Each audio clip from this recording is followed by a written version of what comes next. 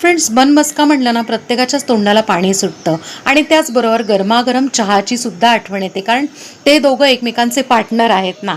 चला, आता बन मस्का म्हटल्यावर ना काय होतं की डोळ्यापुढे येतं किंवा चव आपल्याला माहिती असते जी स्वीटच असते. येस, स्वीट बन मस्का सगळीकडेच मिळतो, पण आज आपण ना काहीतरी हटके करणार आहोत. छानपैकी तिखट आणि चटपटीत असा गार्लिक बन मस्का करणार आहे. एका पॅनमध्ये 15 ते 20 गार्लिक म्हणजेच लसूण घ्यायचे, थोडेसे तेलावर लाल करून घ्यायचे, मस्त परतून घ्यायचे आणि गार झाल्यावर जाडसर वाटून घ्यायचे. आता आपण इथे गार्लिक बटर करण्यासाठी आपण अर्धा बाउल बटर घेतलेलं आहे.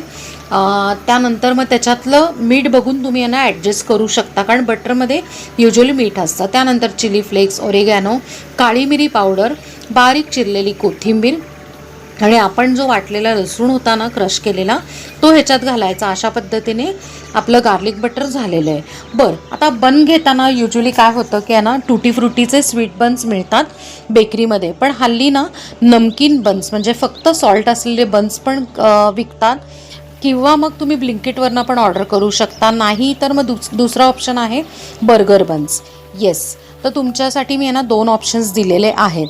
त्यानंतर काय करायचं, आपण जेवढे बन्स घेणार आहोत ते मधोमध कापून घ्यायचे, आतून सगळं गार्लिक बटरनी स्टफ करायचं आणि सेम पॅनमध्ये एकतर आहे ना तूप किंवा बटर यूज करून छान खरपूस असे कुरकुरीत भाजून घ्यायचे. आता आमच्याकडे एवढी सगळ्यांना भूक लागली की मला एवढं फास्ट करायला लागलं. व्हिडिओमध्ये तर तुम्ही बघितलंच आहे. तर तुम्ही पण नक्की करून बघा आणि भरपूर रेसिपीज अशा वेगवेगळ्या आपल्या चॅनलवर आहेत. सबस्क्राईब करा. थँक्यू.